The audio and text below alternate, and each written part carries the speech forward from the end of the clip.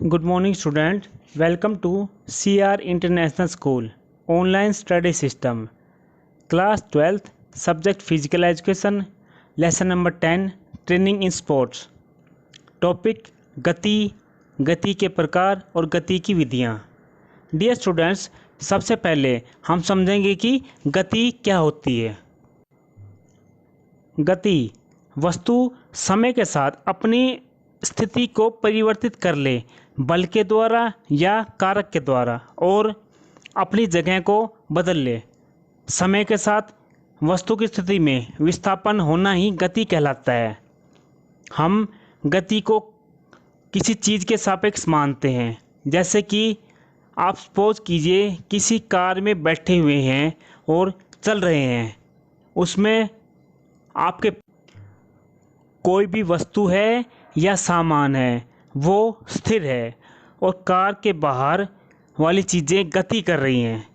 इस तरह आपके सापेक्ष बाहर की चीज़ें गति कर रही हैं. इस तरह बाहर अगर कोई व्यक्ति सड़क पर खड़ा है तो वह स्थिर है और कार गति कर रही है. इस तरह गति सापेक्षित होती है.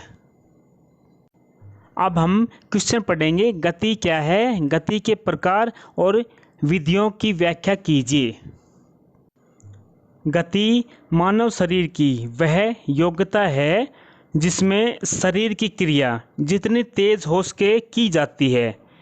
गति या जिसको हम चाल भी कहते हैं, कम से कम समय में तय की गई दूरी होती है. चाल भी एक गामक योग्यता है.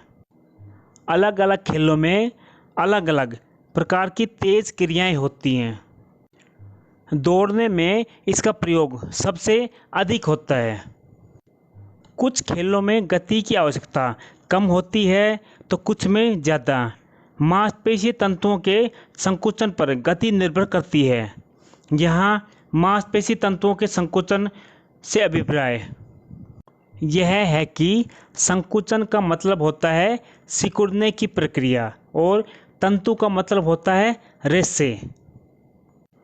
अर्थात यहाँ मांसपेशियों के रेशे तेज गति से संकुचन करने वाले अधिक गति पैदा करते हैं और धीमी गति से सिकुड़ने वाले रेशे कम गति उत्पन्न करते हैं. इन्हीं तंतुओं के आधार पर कोई व्यक्ति अधिक गति वाले इवेंट्स अच्छे से कर लेते हैं तो कुछ व्यक्ति गति वाले इवेंट्स अच्छे से नहीं कर पाते. सहन क्षमता वाले खेलों के अलावा प्राय सभी खेलों में गति का प्रयोग होता है. अब हम इसके बाद पढ़ेंगे गति के प्रकार. खेलों में हमें विभिन्न प्रकार की गतियों के उदाहरण मिलते हैं जो निम्नलिखित हैं. पॉइंट नंबर 1, प्रतिक्रिया योग्यता. किसी खिलाड़ी की प्रतिक्रिया योग्यता जितनी अच्छी होगी उसकी चाल योग्यता भी उतनी ही अच्छी होगी. प्रतिक्रिया के मध्य जितना कम समय होता है खिलाड़ी की प्रतिक्रिया योग्यता उतनी ही अच्छी मानी जाती है. पॉइंट नंबर 2, त्वरण योग्यता. त्वरण योग्यता का विकास लचीलापन, तकनीकी योग्यता, विस्फोटक शक्ति को विकसित करके लिया जाता है. त्वरण योग्यता का विकास कम दूरी की दौड़ों द्वारा किया जाता है. त्वरण योग्यता विकास के लिए 100 मीटर की फर्राटा दौड़ पर प्रतिक्रिया का त्वरण योग्यता का विकास पुनरावृत्ति करके किया जाता है.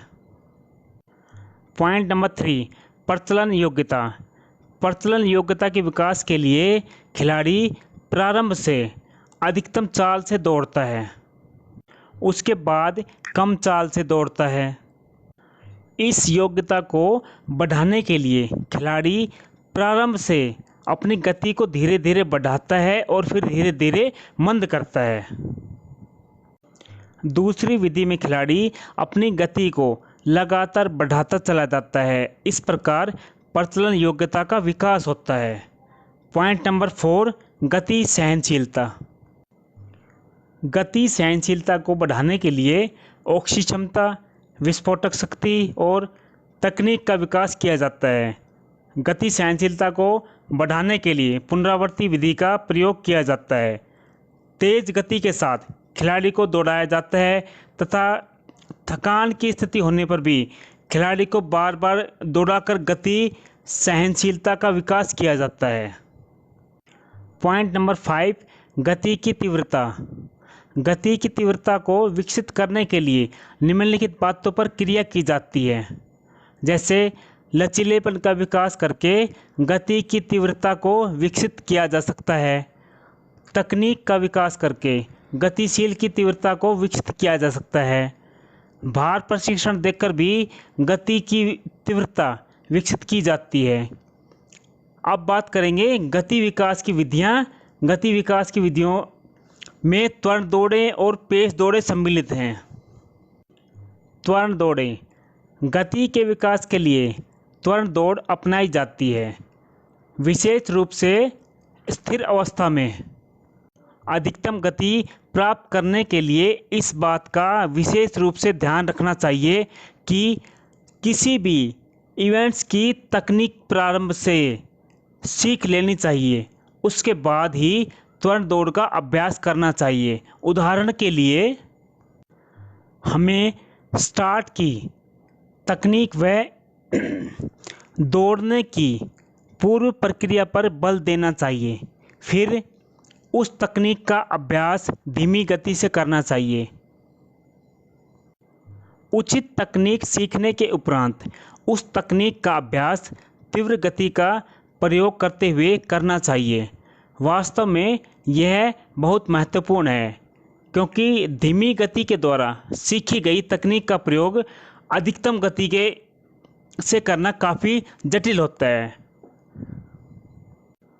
पूर्ण तकनीक के काफ़ी अभ्यास के बाद ही हमें त्वरण दौड़ प्रारंभ कर देनी चाहिए। अब आती है पेश दौड़ें। पेश दौड़ों का अर्थ है कि एक दौड़ की पूरी दूरी को एक निश्चित गति से दौड़ना। पेश दौड़ में एक एथलीट दौड़ को समरूप या समान रूप से दौड़ता है। सामान्यतः 800 मीटर व इससे अधिक दूरी की दौड़ें पेश दौड़ों में शामिल होती हैं। वास्तव में एक एथलीट लगभग 300 मीटर की पूरी गति से दौड़ सकता है। इसलिए मध्यम व लंबी दौड़ों में, जैसे 800 मीटर व इससे अधिक दूरी की दौड़ों में, उसे अपनी गति में कमी करके अपनी ऊर्जा को संरक्षित रखना ज़रूरी है। उदाहरण के लिए, यदि एक 800 मीटर की दौड़ लगाने वाला एथलीट जिसका रनिंग का समय 1 मिनट 40 सेकंड है, तो उसे पहली 400 मीटर की दौड़ 49 सेकंड में तथा दूसरी 400 मीटर की दौड़ 51 सेकंड में लगानी चाहिए। यह प्रक्रिया ही पेश दौड़ कहलाती है। डियर स्टूडेंट्स, ये सब गति और गति के प्रकार तथा विधियाँ थी। सभी ध्यानपूर्वक पढ़ें। Stay home, stay fit. Thank you and have a nice day.